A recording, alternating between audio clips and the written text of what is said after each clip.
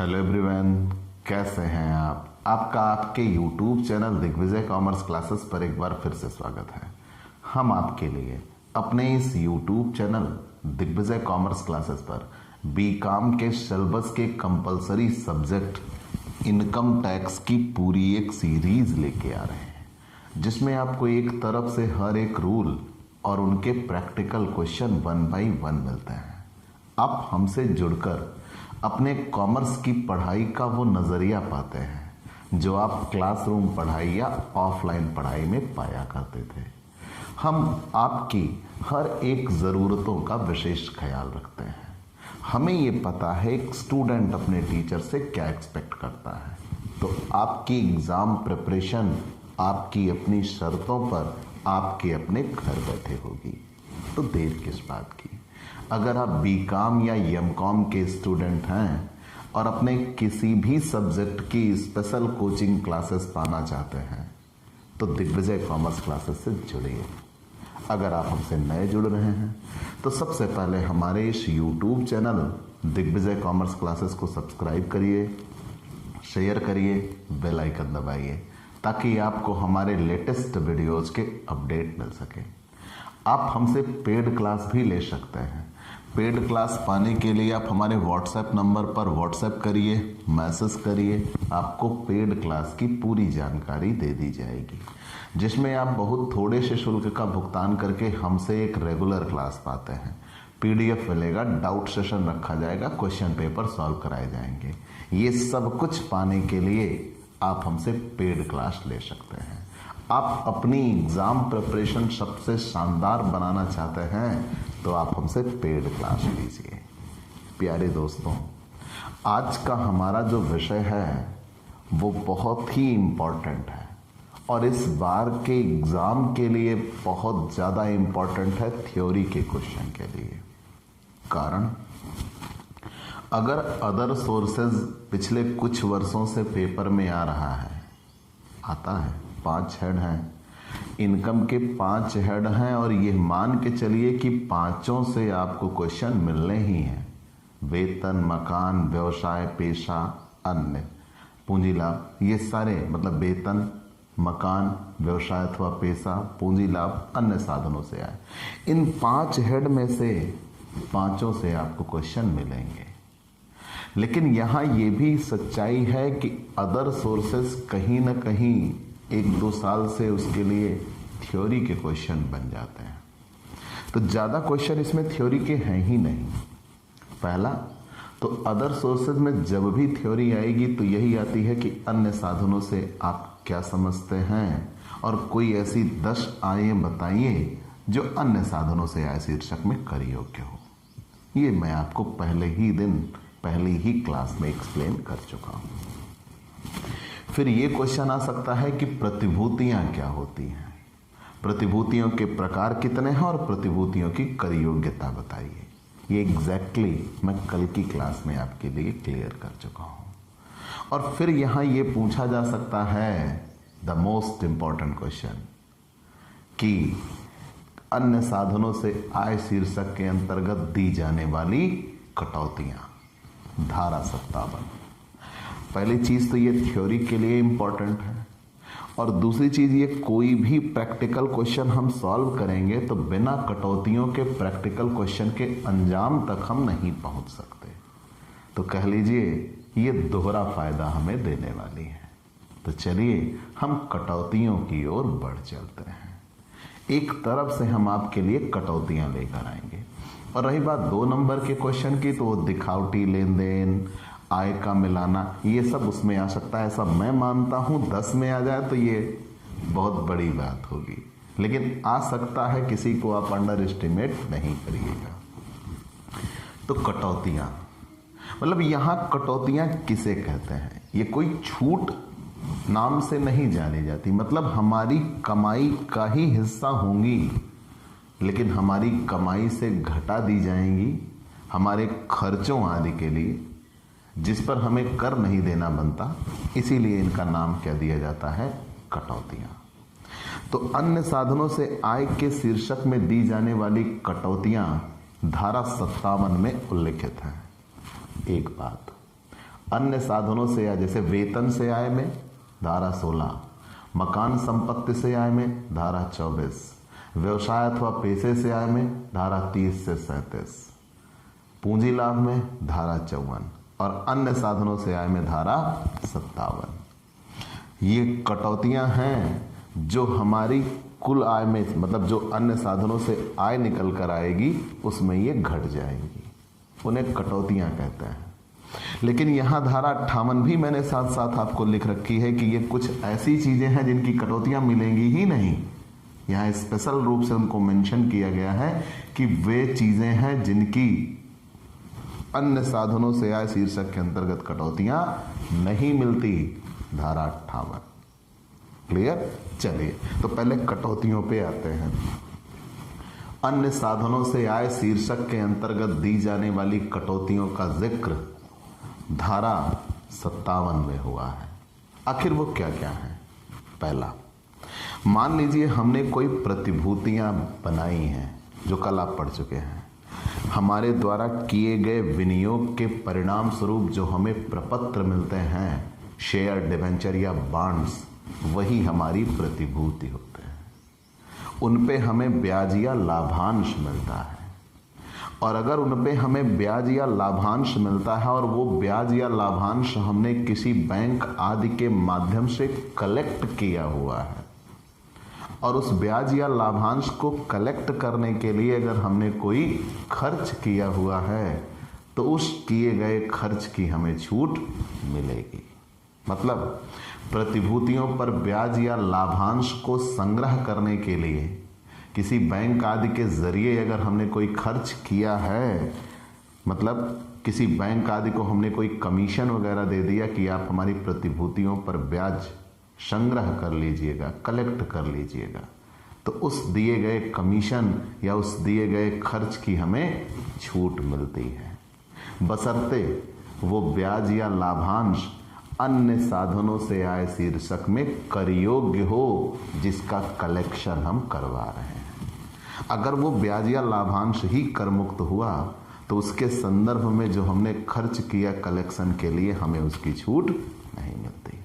याद रखिएगा मैंने क्या कहा, अगर हमें कोई ब्याज या लाभांश मिलना है और उस ब्याज या लाभांश को हम इकट्ठा करा रहे हैं, तो जब उस ब्याज या लाभांश को हम इकट्ठा करा रहे हैं तो उस ब्याज या लाभांश की हमें छूट मिलती है। ठीक, ब्याज या लाभांश को इकट्ठा कराने के लिए जो हमने कटौतियां की हुई हैं, ब्याज या लाभांश को इकट्ठा कराने के लिए हमने जो खर्चे किए हुए हैं उन खर्चों की हमें छूट मिलती है। लेकिन ये छूट तभी मिलेगी जब वो ब्याज या लाभांश कर योग्य हो। अगर वो ब्याज या लाभांश कर मुक्त है तो फिर हमें खर्चों की छूट नहीं मिलती।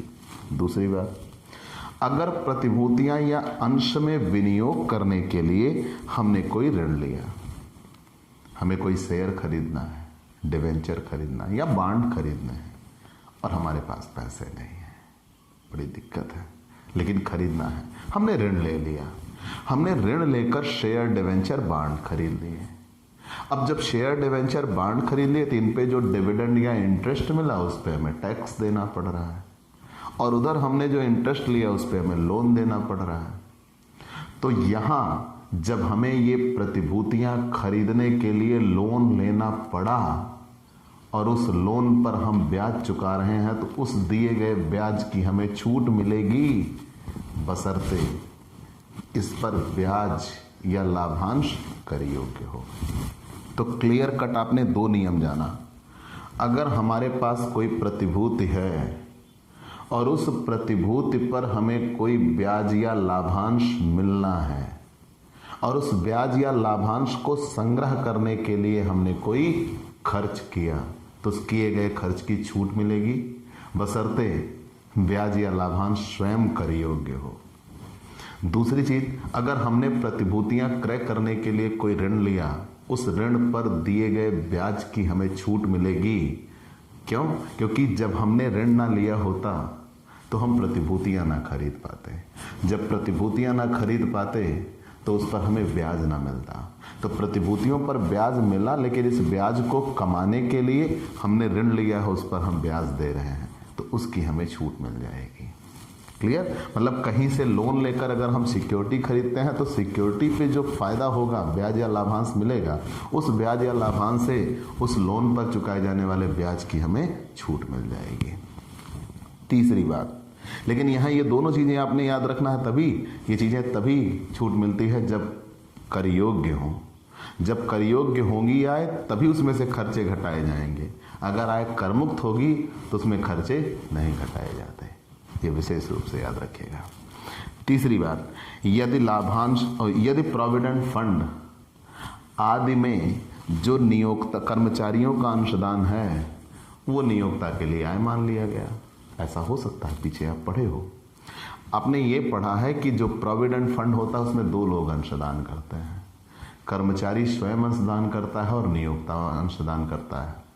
तो जब नियोक्ता अंशदान करता है तो वो कर्मचारी के लिए वेतन है, लेकिन जब कर्मचारी अंशदान करता है तो वो नियोक्ता के लिए अन्य साधनों से आए। तो अगर कर्मचारी के द्वारा किया गया अंशदान नियोक्ता की आय मान लिया गया है तो ये अन्य साधनों से आय शीर्षक में आया है। तो जब मालिक वास्तव में उस प्रोविडेंट फंड का भुगतान कर्मचारी को कर देगा तो तुरंत ये उसमें घटा दिया जाएगा और उसके छूट मिल जाएगी।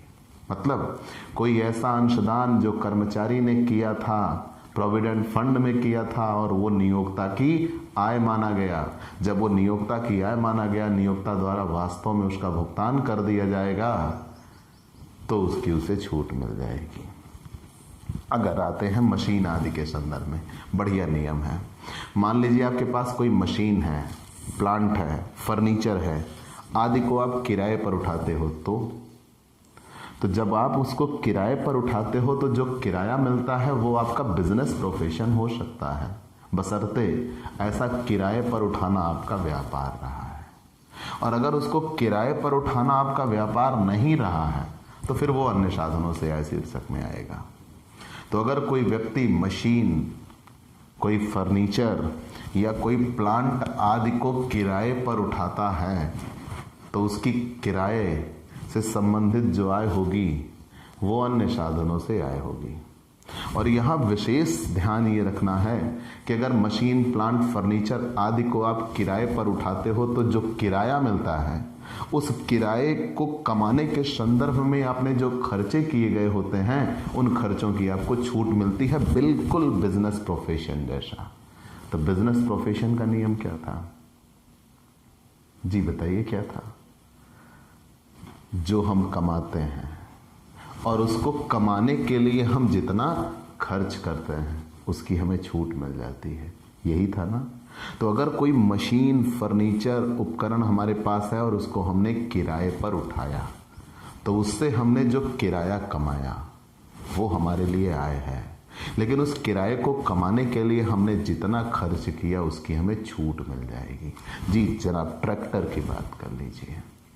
अगर किसी व्यक्ति से आप ट्रैक्टर से जुताई करवाते हो और उस जुताई के लिए आपने 1000 रुपये दिए और सामने वाले ने वो 1000 की जुताई पाने के लिए 300 रुपये का डीजल लगा दिया, 100 रुपये उसका अपना डेप्रिसिएशन ट्रैक्टर का चार्ज हुआ, अपनी मजदूरी आदि निकाल के 500 रुपये उसके बचे, वही कर योग्य होंगे, पूरा 1000 कर योग्य नहीं होगा। मतलब मशीन, उपकरण आदि के संदर्भ में अगर आपको कोई किराया मिलता है तो उस किराए को कमाने के संदर्भ में आपने जो खर्च किया होता है वो खर्च काट कर ही किराया कर योग्य होगा, पूरा किराया कर योग्य नहीं होगा। धारा 57 ये कहती है। और ध्यान दीजिएगा, अब इसके संदर्भ में पूरे नियम वही होंगे जो बिजनेस प्रोफेशन के संदर्भ में होते हैं। आपको खर्चों की छूट मिल जाएगी और अगर आप अपनी मशीन आदि पर चालू मरम्मत कराते हैं तो मरम्मत के खर्चों की आपको छूट मिल जाएगी। अगर आप उसका बीमा कराते हैं तो बीमा व्यय की भी आपको छूट मिल जाएगी। ये विशेष रूप से याद रखिएगा। चलिए, अगर कोई मृतक कर्मचारी है, मृतक कर्मचारी मतलब कहीं वो नौकरी कर रहा था और उसकी मृत्यु हो गई, तो जब कर्मचारी की मृत्यु हो जाती है तो कर्मचारी की मृत्यु के बाद उसकी विधवा की बात कर रहा हूं मैं, कर्मचारी की विधवा अथवा उसके उत्तराधिकारी को पेंशन मिलती है। तो जब कभी किसी व्यक्ति को पेंशन मिले तो वो मत ध्यान दीजिएगा, कभी किसी कर्मचारी की मृत्यु के बाद उसकी विधवा या उसके उत्तराधिकारी को अगर पेंशन मिलती है तो वो पेंशन अन्य साधनों से आय शीर्षक में कर योग्य होती है, उसे पारिवारिक पेंशन कहते हैं। और जहां कहीं भी पारिवारिक पेंशन शब्द लिखा हो, ऐसी प्राप्त पेंशन का 33 सही 1/3%, आप 1/3 कह सकते हो, या 15,000, दोनों में जो भी कम हो की वैधानिक कटौती मिल जाएगी, शेष हिस्सा कर योग्य होगा। क्या कहा मैंने? अगर किसी मृतक कर्मचारी की विधवा या उसके उत्तराधिकारी को कोई पेंशन मिलती है तो वो पारिवारिक पेंशन कहलाएगी, और वो प्राप्त पारिवारिक पेंशन का 1/3, 33 सही 1/3 कहा गया है, अथवा 15,000 रुपए, दोनों में जो कम होगा कर मुक्त होगा, उसकी छूट मिल जाएगी। शेष जो वैधानिक कर मुक्ति मिल जाएगी, जो शेष बचेगा वो कर योग्य होगा। अगर कोई सिकमी किराएदार है, तो किसी व्यक्ति ने मकान किराए पर लिया या कोई संपत्ति किराए पर ली, वो उसका मालिकाना हक नहीं रखता, और किराए पर लेकर उसने किसी अन्य व्यक्ति को किराए पर उठा दिया, तब इसे सबलेटिंग कहते हैं। ठीक, सिकमी किराएदार कहते हैं। तो जब सिकमी किराया आपको मिले, मान लीजिए आपने किसी से कोई संपत्ति किराए पर ली और उसे किसी अन्य व्यक्ति को किराए पर दे दिया, तो जो आप किराया पा रहे हो उस उप किराएदार से, वो आपके लिए अन्य साधनों से आए हैं, क्योंकि आप उस पर अपना मालिकाना हक नहीं रखते। हाँ, उसको कमाने के संदर्भ में जो आपने किराया दिया होगा उसकी आपको छूट मिल जाएगी। मान लीजिए आपने 1,000 रुपये किराए पर लेकर 1,500 रुपये किराए पर उठा दिया, तो 1,500 आप कमा रहे हैं, उस 1,500 को कमाने के लिए 1,000 खर्च कर रहे हैं, तो उसे 1,000 की छूट मिल जाएगी, बचा 500 रुपये, वही कर योग्य होगा। अन्य कोई भी व्यय जो पूंजी की प्रकृति अथवा व्यक्तिगत प्रकृति का ना हो, अन्य कोई भी व्यय जो पूंजीगत व्यय अथवा व्यक्तिगत प्रकृति का ना हो, जो पूर्ण रूप से ऐसी आय कमाने के संदर्भ में व्यय किया गया हो, हमें उसकी छूट मिल जाएगी। और अगर हमें कोई कंपनसेशन मिलती है कहीं से, किसी आधार पर अगर कोई कंपनसेशन मिलती है या अतिरिक्त कंपनसेशन मिलती है, मान लीजिए पहले कंपनसेशन मिल चुकी थी, बाद में ये एहसास किया गया कि नहीं, जो पूर्व में कंपनसेशन मिली थी वो कम मिली थी, तो अतिरिक्त कंपनसेशन मिलती है, या उस पर कोई ब्याज या प्राप्त राशि का 50% कटौती योग्य होगा। अगर कोई कंपनसेशन या अतिरिक्त कंपनसेशन या ब्याज मिलता है तो प्राप्त ब्याज की राशि में से 50% हिस्सा कर मुक्त होगा, और जो शेष बचेगा वो कर योग्य होगा। अब अभी तो हम 2020-21 के लिए पढ़ रहे हैं, लेकिन अगर कहीं हम अग्रिम आयकर के संदर्भ में आ गए तो 2021-22 में भी आ जाएंगे। तो याद रखिएगा, जो लाभांश के संदर्भ में कर मुक्ति है खर्चों आदि की, तो अगर कोई लाभांश या उसकी अन्य इकाइयों से हमें कोई आय मिलती है तो अधिकतम आय 20% तक ही कर मुक्त हो सकती है, उससे अधिक कर मुक्त नहीं हो सकती। 2021-22 से ये प्रभावी होगा, 20-21 से ये प्रभावी नहीं है, 2021-22 से प्रभावी होगा। ये तो थी धारा 57 के अंतर्गत दी जाने वाली छूटें या कटौतियां। कुछ ऐसी भी कटौतियों की मांग की जाती है जिनकी हमें छूट नहीं मिलती, धारा 58 में वो आते हैं। मैंने कहा क्या? कुछ ऐसी भी कटौतियों की मांग की जाती है, लेकिन अन्य साधनों से आय शीर्षक में उन कटौतियों की छूट नहीं दी जाती, वो धारा 58 में है। ना काटी जाने वाली राशियां कौन कौन सी? पहली, करदाता के व्यक्तिगत व्यय, आपके व्यक्तिगत व्ययों की छूट कभी नहीं मिलती है आपको। दूसरा, अगर भारत के बाहर कोई ब्याज दिया है और उसके संदर्भ में आपने ना तो उस पर कर चुकाया है और ना ही उस पर आपने अग्रिम आयकर चुकाया, ना ही टीडीएस कटा हुआ है, तो आप उस व्यय की छूट नहीं पाएंगे।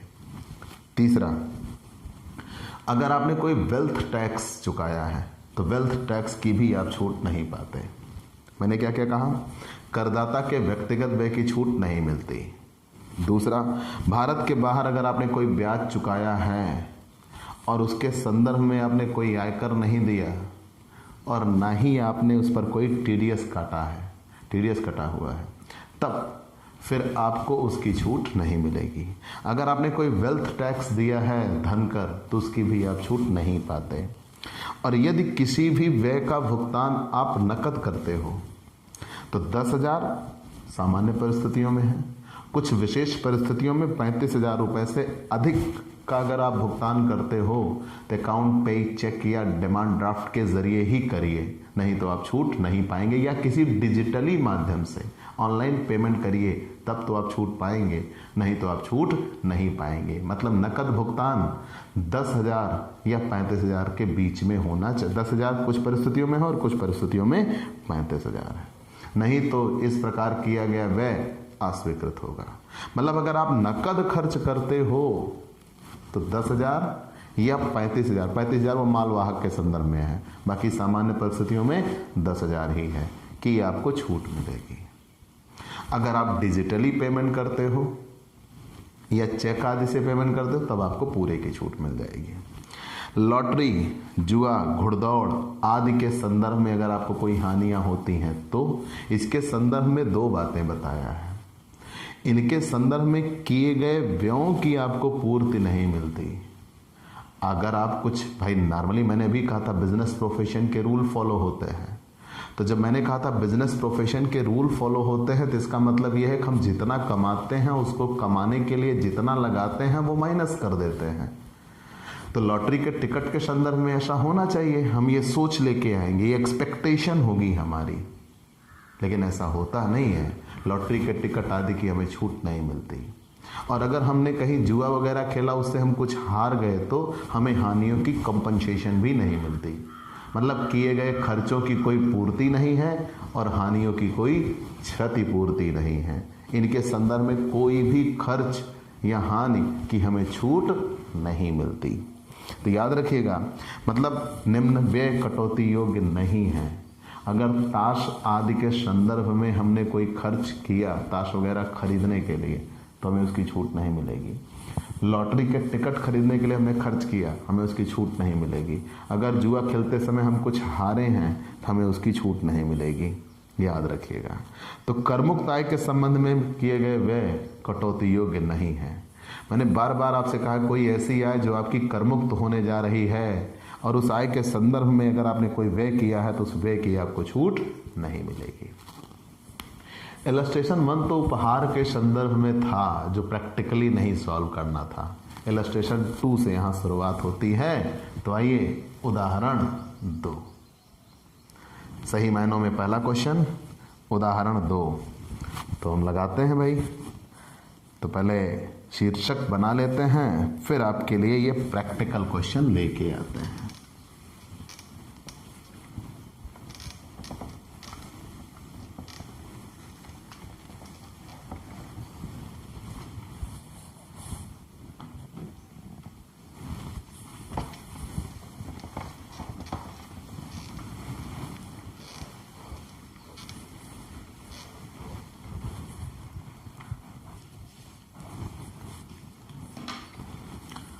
उदाहरण 2, computation of taxable income from other sources.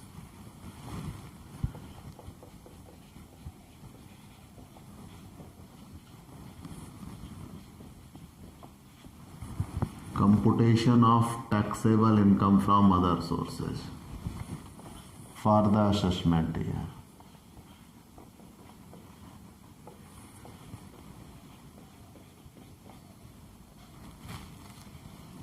ठीक, चलिए इंपॉर्टेंट क्वेश्चन है।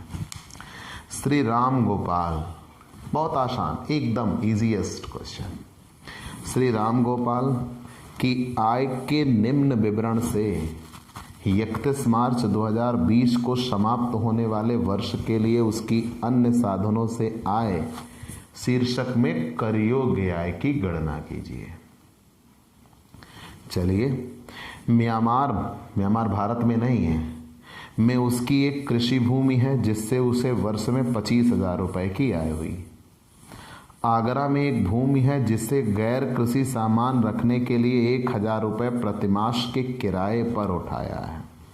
याद रखिएगा, अगर जमीन किराए पर उठाते हैं तो जमीन से जो किराया मिलता है वो अन्य साधनों से आया है, बशर्ते वो जमीन कृषि कार्यों के संदर्भ में प्रयुक्त ना हुई हो, नहीं तो उससे जो किराया मिलेगा वो कृषि आय होगी और वो कर मुक्त होती है।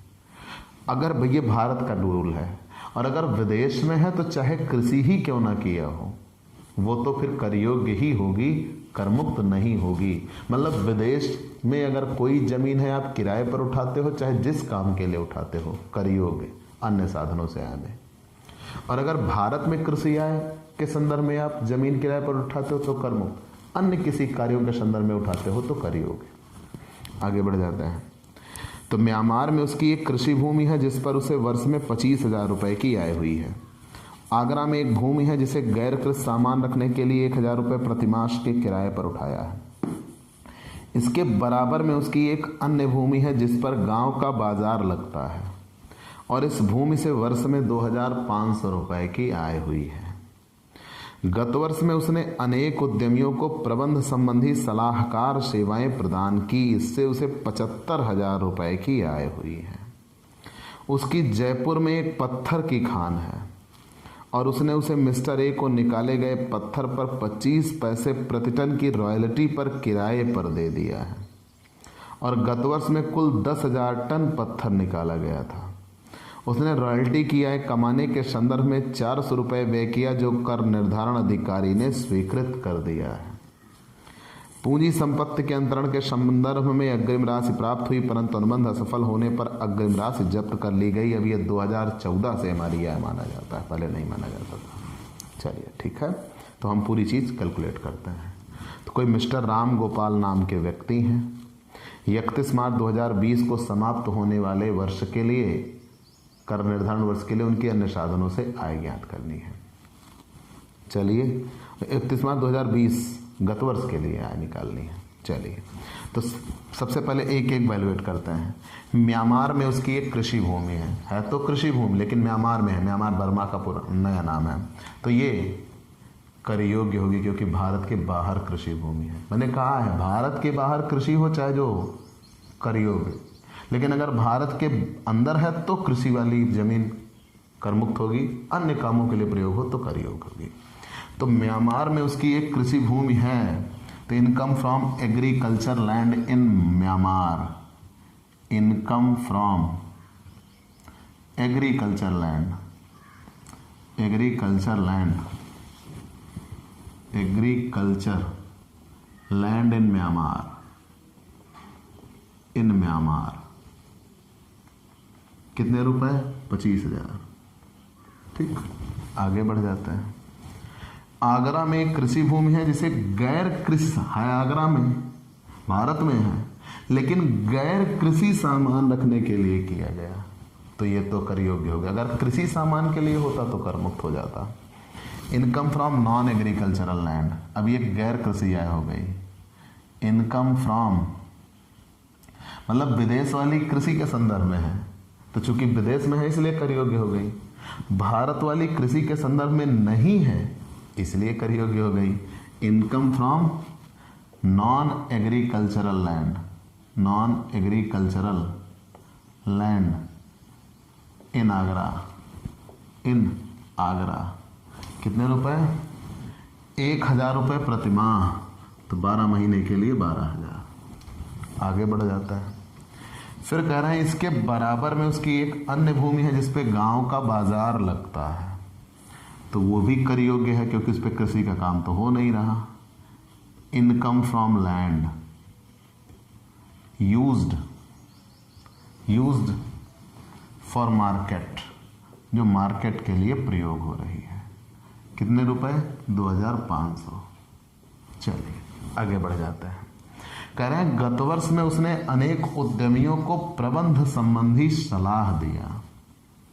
ये कहीं किसी उद्यमिता आदि के पद पर नहीं है, मतलब ये किसी पद को ज्वाइन नहीं किया, नहीं तो ये पेशेवर व्यक्ति हो सकते थे, ये वैतनिक हो सकते थे, बस इन्होंने सलाह दे दिया और इनको पैसे मिल गए।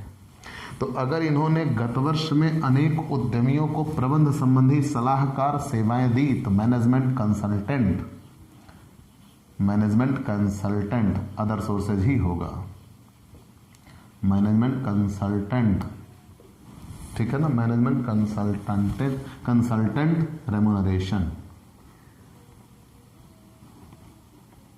75,000 रुपए। आगे फिर कह रहे हैं उसकी जयपुर में एक पत्थर की खान है और उसने इसे मिस्टर ए को निकाले गए पत्थर पर 25 पैसे प्रति टन की रॉयल्टी पर 25 पैसे प्रति टन की रॉयल्टी पर किराए पर दे दिया है और गत वर्ष में कुल 10,000 टन पत्थर निकाला गया। Income from royalty, income from royalty 25 पैसे प्रति टन रॉयल्टी पर दिया और 10,000 टन पत्थर निकाला गया। तो रॉयल्टी 10,000 टन पत्थर निकाला गया और 25 पैसे प्रति टन रॉयल्टी, मतलब 2,500 रुपए दिन को रॉयल्टी मिल गई। यहाँ तक तो कहीं कोई दिक्कत ना हुई। हम अपनी कोई जमीन या कोई वस्तु है जिस पर हमारा मालिकाना हक है और उसे कुछ समय प्रयोग करने के लिए हम किसी दूसरे व्यक्ति को देते हैं। वो दूसरा व्यक्ति उसको प्रयोग करेगा, प्रयोग करने के बदले में हमें जो शुल्क देगा वही अधिकार शुल्क कहलाता है। तो यहाँ ये कह रहे हैं कि इनके पास एक पत्थर की खान है, उसे मिस्टर ए को निकाले गए पत्थर पर 25 पैसे प्रति टन की रॉयल्टी पर किराए पर दे दिया और 10,000 टन पत्थर निकाल लिया गया। तो 25 पैसे के हिसाब से 2,500 रुपये रॉयल्टी हो गई। लेकिन यहाँ ये भी कहा गया उसने रॉयल्टी किया है कि कमाने के संबंध में 400 रुपये व्यय किया जो कर निर्धारण अधिकारी ने स्वीकृत कर दिया है। तो मैंने बार बार बताया जो कमाते हो और उसको कमाने के लिए जो लगाते हो आपको उसकी छूट मिल जाती है, एक्सपेंसेस अलाउड। कर निर्धारण अधिकारी ने 400 रुपये की छूट दे दी तो 2,100। आगे ये एक पूंजी संपत्ति का हस्तांतरण करना चाहते थे, मतलब किसी से इन्होंने अनुबंध किया कि हम आपको अपनी जमीन या कोई अन्य संपत्ति बेच देंगे और उसने इनको 50,000 रुपये एडवांस दे दिया। बाद में कुछ ऐसा हुआ कि यह विक्रय समझौता नहीं हुआ और उन्होंने ये 50,000 रुपये जब्त कर लिए। तो जब इन्होंने ये 50,000 रुपये जब्त कर लिए तो ये इनके लिए आय बन गई और ये 1 अप्रैल 2014 से हमारी आय मानी जाती है। अमाउंट फॉरफिटेड और अदर सोर्सेज मानी जाती है। अमाउंट फॉरफिटेड पहले नहीं मानी जाती थी, 50,000। क्लियर? जोड़ देंगे taxable income from other sources, क्योंकि इनके संदर्भ में कोई अन्य छूट आदि का कोई प्रावधान का जिक्र तो किया नहीं है। Taxable income from other sources, taxable income from other sources. Clear? तो चलिए जोड़ लगा लेते हैं। 1,66,600, 1,66,600, 25,000, पहले 25,000, 12,000, 2,500, 75,000, 2,100, 50,000, 1,66,600। क्लियर? तो मैंने आपको कटौती का रूल बता दिया और मैंने आपको प्रैक्टिकल क्वेश्चन बता दिया। फिर हम इलस्ट्रेशन 3 की ओर बढ़ेंगे, इलस्ट्रेशन 3, 4, 5 फिर उसकी ओर बढ़ेंगे। तो चूंकि आप पहले रूल सीख लीजिए, जब आप रूल सीख जाते हैं तो थोड़ी स्पीड बढ़ाने में आनंद आता है। ठीक? तो मेन टारगेट था हमारा आज वो थ्योरी का क्वेश्चन बताना। चूंकि लगे हाथ उसके साथ एक क्वेश्चन था तो मैंने आपको ये बता देना उचित समझा कि आप क्वेश्चन भी प्रैक्टिस में आए, ज़्यादा बेहतर होगा। ठीक? तो आज की क्लास हम थोड़ी छोटी आपके लिए रखेंगे क्योंकि आप पहले रूल सारे क्लियर कर लीजिए। अब सारे रूल क्लियर हो गए तो अगले दिन से आपको बड़ी क्लासेस मिलनी शुरू हो जाएंगी। तो प्यारे दोस्तों, आपको ये क्लास कैसी लगी हमें ज़रूर बताइएगा। आपके लाइक और कमेंट का इंतज़ार रहेगा। आप हमसे पेड क्लास भी ले सकते हैं और पेड क्लास पाने के लिए आप हमारे व्हाट्सएप नंबर पर व्हाट्सएप करिए, मैसेज करिए, आपको पेड क्लास की पूरी जानकारी दे दी जाएगी, जिसमें आप बहुत थोड़े से शुल्क का भुगतान करके हमसे एक रेगुलर क्लास पाते हैं। PDF मिलेगा, डाउट सेशन रखा जाएगा, क्वेश्चन पेपर सॉल्व कराए जाएंगे। तो ये सब कुछ पाने के लिए आप हमसे पेड क्लास ले सकते हैं। और स्पेशली अगर आप हमसे नए जुड़े हैं तो सबसे पहले हमारे इस YouTube channel Digvijay commerce classes को सब्सक्राइब करिए, शेयर करिए, बेल आइकन दबाइए ताकि आपको हमारे लेटेस्ट वीडियोज़ के अपडेट मिल सकें। आप अगर प्रैक्टिस करते हैं तो इलस्ट्रेशन 3, 4, 5 ये आप ज़रूर लगा सकते हैं, इसमें आपको कहीं कोई दिक्कत नहीं आएगी। 3, 4, 5, 6 भी आप लगा सकते हैं, 7th भी आप लगा सकते हैं, यहाँ तक तो कहीं कोई दिक्कत नहीं है। उसके बाद से सिक्योरिटी के क्वेश्चन आएंगे, वो हमें समझाने होंगे, लेकिन आप कोशिश करिएगा, लेकिन हम उसे ज़रूर एक बार आपको बताना चाहेंगे। ठीक, तो आज की क्लास यहीं पे रोकते हैं, अगले दिन नए टॉपिक के साथ फिर मुलाकात होगी। चलते हैं दोस्तों, बाय बाय दोस्तों।